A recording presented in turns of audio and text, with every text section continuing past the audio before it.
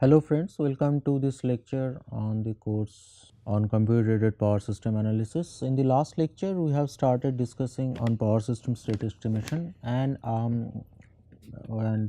we have looked into the measurement model for the purpose of power system state estimation, and we have seen that essentially the measurement model for a power system state estimation is basically a non-linear one. So, we will look into these details today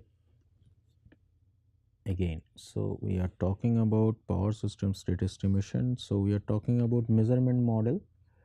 So, let us recapitulate that our measurement model is Z1 is equal to H1, X1, X2 to Xn plus E1, Z2, H2, X1, X2 to Xn plus E2 dot Zm is equal to Hm X1 plus X2 plus dot Xn plus En.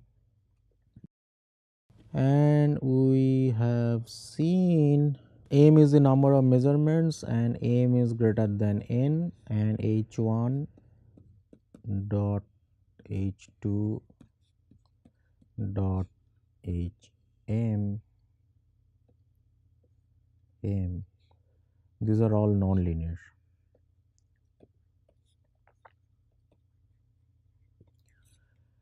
So now the question is that how do we tackle these non-linear equations?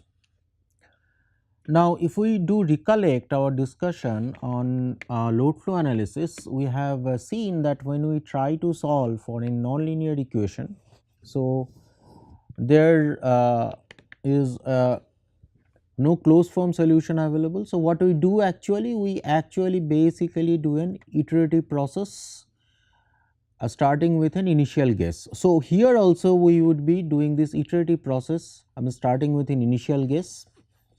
And then what we have done that essentially that at a particular operating point, that is at the initial guess, we do take the Taylor series expansion, and then after that, because of this Taylor series expansion, this non-linear equations are converted into linear equations, which we can solve utilizing any linear equation solution methods, and then we simply repeat this process. So, here in this case also, we what we will do that we take as some initial guess,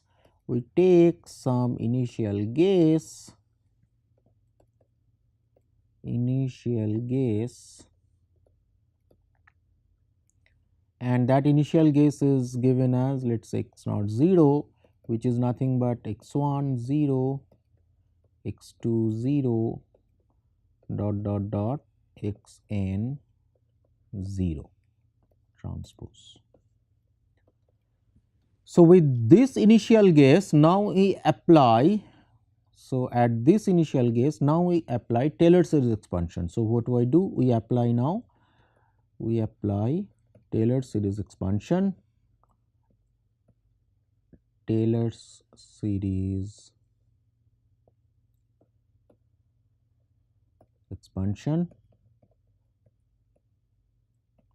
to each of these equation. We only take, as we have done also in the case of a load flow analysis. In the case of load flow analysis, we have taken only up to first order Taylor series expansion. So, here in this case also we would be taking only up to first order Taylor series expansion. So, if we do take the first order Taylor series expansion, we get for every equation something like this.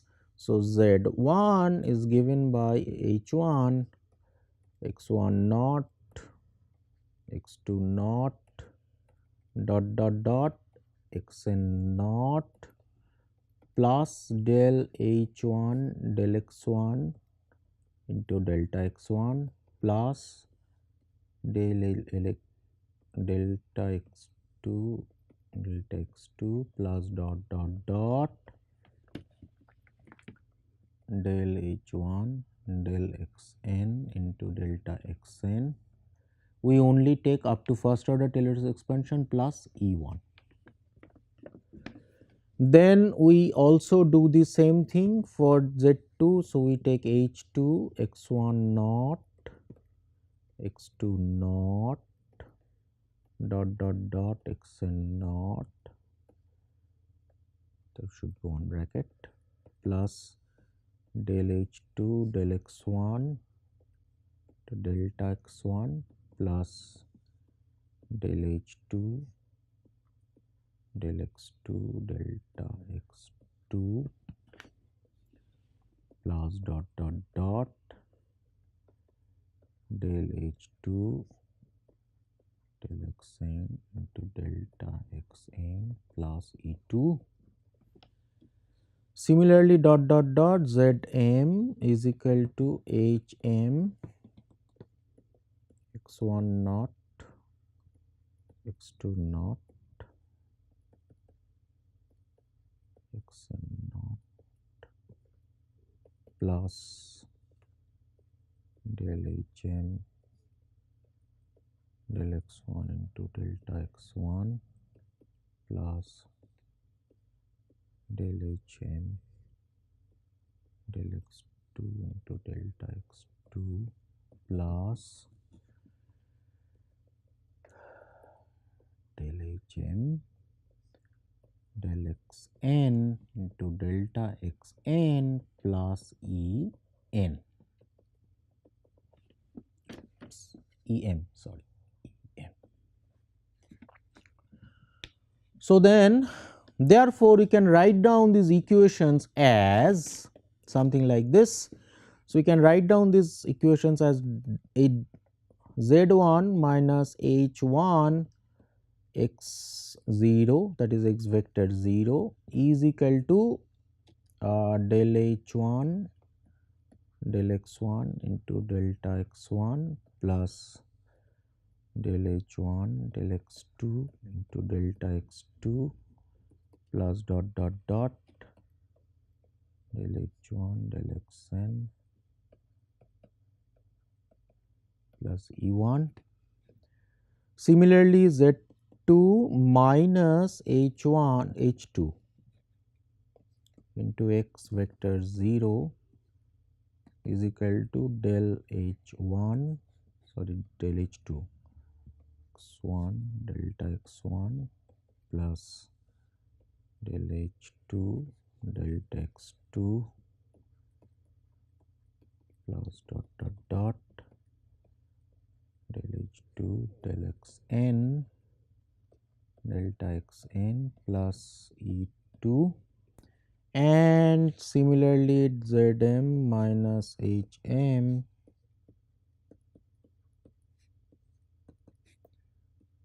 del Hm x1 delta x1 del Hm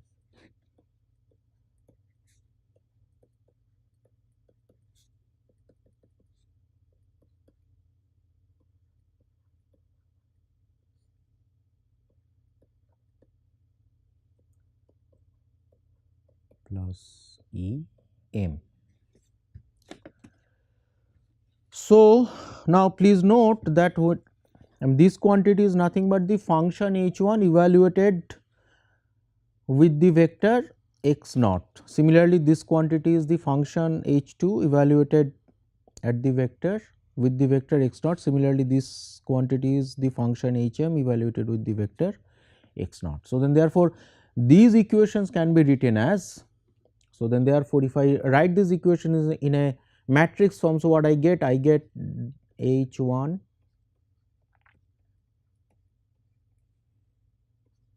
z2 minus h2 dot dot dot zm minus hm. This vector is known.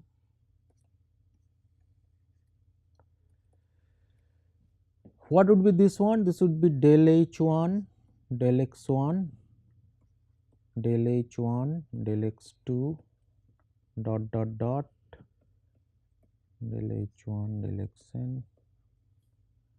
It would be del h2, del x1, del h2, del x2, dot dot dot, del h2, del xn, dot dot dot, del hm, del x1, del hm, del x2, dot dot dot, dot dot dot, del hm, del xn.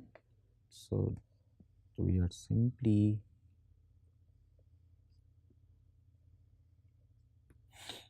delta x1, delta x2,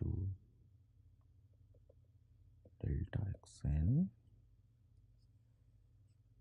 plus E1, E2, En. Now suppose denote delta zi is equal to zi minus hi into x naught. So then therefore this quantity, so this above equation can be written as delta z1, delta z2, delta zn. Please note that this quantity is known. This is a known quantity. It is a known quantity. This is a known quantity because we have got this measured value, and this is nothing but the evaluated value of the function hi with then initial assumption x naught. So therefore, and if I do evaluate it at x is equal to f naught, so sorry, and then if we do evaluate it at x is equal to x naught, so then therefore this particular matrix is also known. So we again write that del x1, del x1, del h1, del x2, del h1, del xn, similarly del h2, del x1, del h2, del x2, del h2, del xn, similarly del hm, del x1, del hn, del x2, del hn, del xn,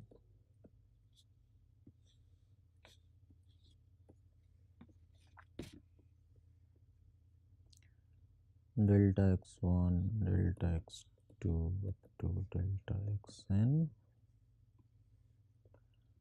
plus E1, E2, En.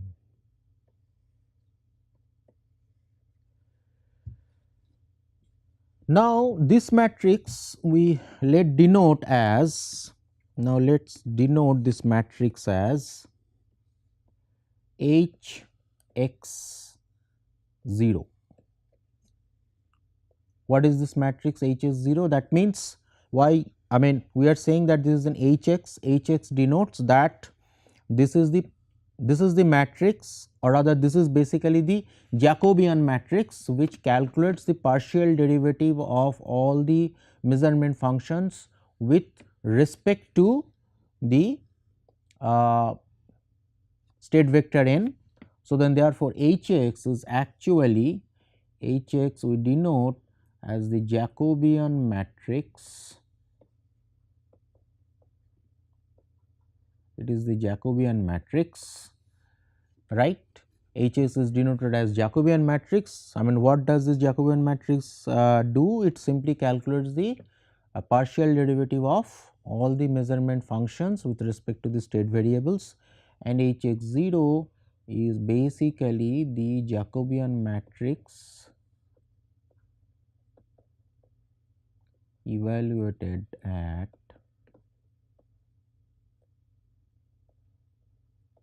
evaluated with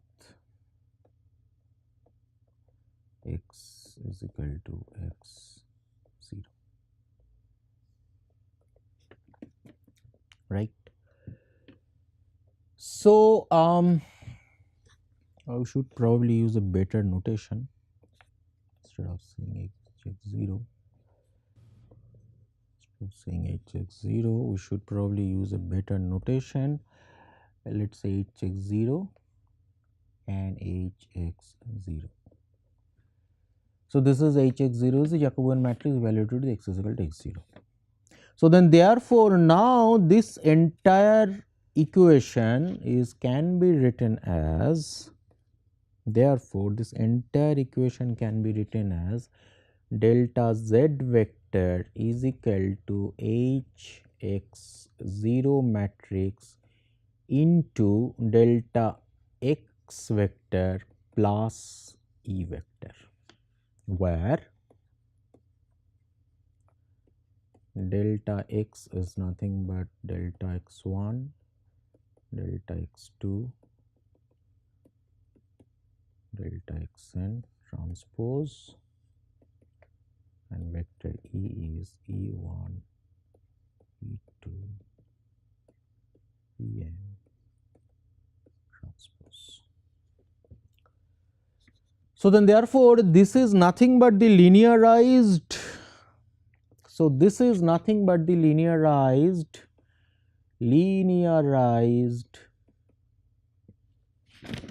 measurement model. So, this is the linearized measurement model. Now, if we recall our earlier measurement model, which we have discussed in the earlier lectures for a simple DC circuit, our earlier measurement model was Z is equal to H into X plus E. So, this is the this is the linear circuit state estimation model. So, this is the linear circuit state estimation model.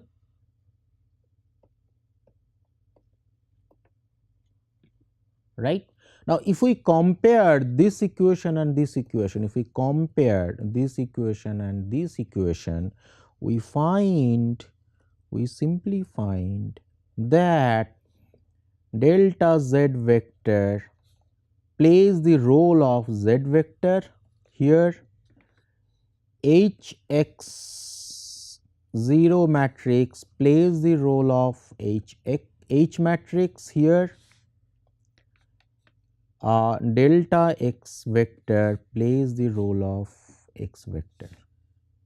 So, this side is power system state estimation. So, this side is power system state estimation. This is power system state estimation, and this side is DC circuit state estimation.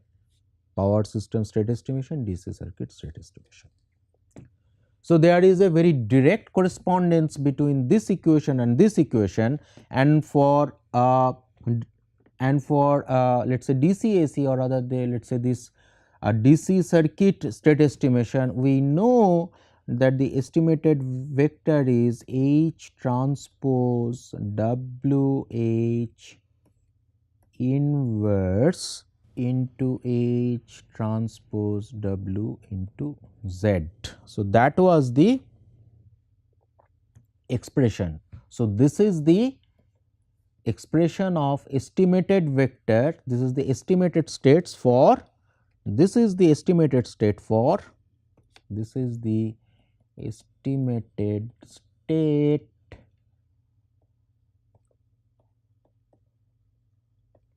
for DC circuit state estimation, right. So, H transpose W H transpose into W Z. So, this is the inverse. So, this is the G inverse H transpose W into Z. Now, so if I just so now because there is a direct correspondence between this and this, so then therefore from here we can simply write that for power system state estimation my expression of delta x hat would be straight away H transpose into W into H transpose whole of matrix inverse, then H transpose T into W into delta Z. So, that would be the expression for PSSC. So, this would be the expression for PSSC. Now, in this expression what is W? W is the, let us say, R inverse matrix as usual, and we have already explained that this is an R inverse matrix. Now, in this expression, now but although there is a direct correspondence between this and this, but then there is a major difference. In the case of DC circuit state estimation, we have got the estimated states directly, that is this particular formula or this particular expression gives us the value of the estimated states. But here in this case this is not the estimated state, this is rather the correction in the estimated state. Now, because it is a correction in the estimated state, so then therefore what we will do? So, then therefore, after we calculate this correction in the estimated state, we have to again update our estimated state for the next iteration and then we proceed. So, then therefore, what we will do after we get this delta x vector, we will update our x vector as x naught plus delta x vector, and then we will again repeat this state estimation exercise through an iterative process till we achieve convergence. So, then therefore, let us look at the detailed algorithm. So, we now can talk of as detailed algorithm. Of course, we will be omitting several details which we have already explained. So, we would be only noting down those pertinent points which we have not so far discussed. So, first thing is that take an initial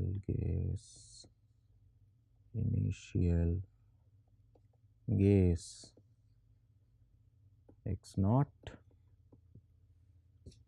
right, and also set the value of epsilon, and then we set k is equal to 1. So, that is the iteration count, this is actually the iteration count. So, this k is equal to 1 is nothing but the iteration count,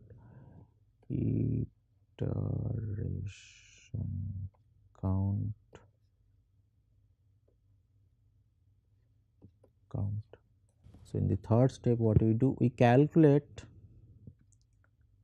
delta x k, in fact we should k is equal to 0, it can be 0, So, we calculate delta x k is equal to h x k into w h transpose into h x k whole of inverse, then h x k into w into delta z. We can also write calculate delta z vector,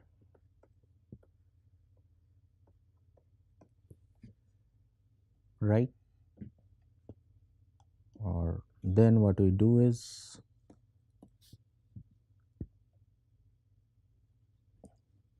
then we update x k plus 1 is equal to x naught plus x k plus delta x k, right. Then we check whether mod of xk minus xk, but it should be max, check maximum is less than epsilon or not. If yes, then x is equal to x k plus 1. If not, then what we do? If not, we calculate delta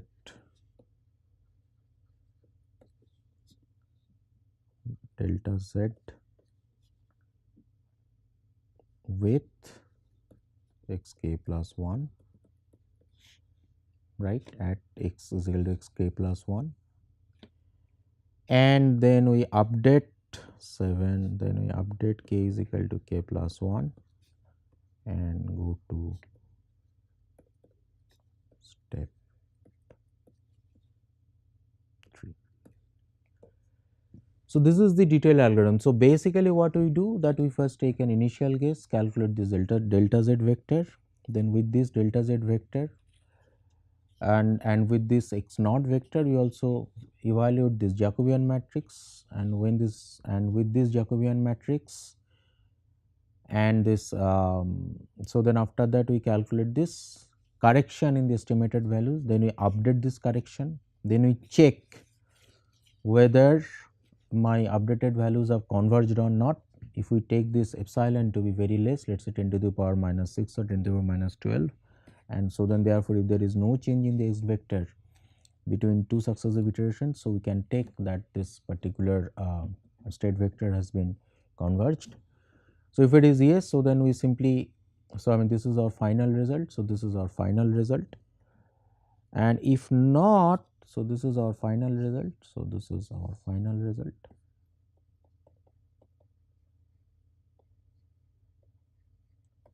And then if not, so then again we calculate delta z with actually x, I mean with this updated vector. Once we calculate this delta z with this updated vector, then we update this k is equal to k plus 1, and then again we repeat this process till this convergence is obtained. So, this is the basic procedure. This is a very simple procedure, but now what is remaining, that now we have to look into the structure of this Jacobian matrix depending upon the various types of measurements. So, that issue we will be looking into the subsequent lectures. Thank you.